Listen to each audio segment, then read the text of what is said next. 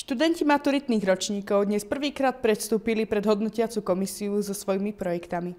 Ročníkový projekt na našej škole je vlastne príprava na praktickú časť odbornej zložky maturitnej skúšky, čiže praktickú maturitu realizuje vlastne obhajobou ročníkového projektu. Na našej škole sa maturuje len takýmto spôsobom v tomto čase.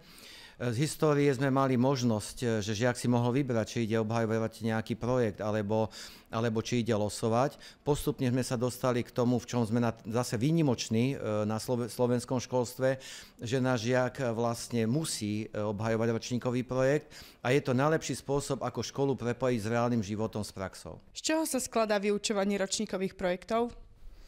Tak vyučovanie sa skladá hlavne z tej odbornej časti, ktorú si rieši každý žiak u konzultanta. Potom je tam časť dokumentácie, sociálnych zručností, no a samozrejme prezentovania samotných tých projektov.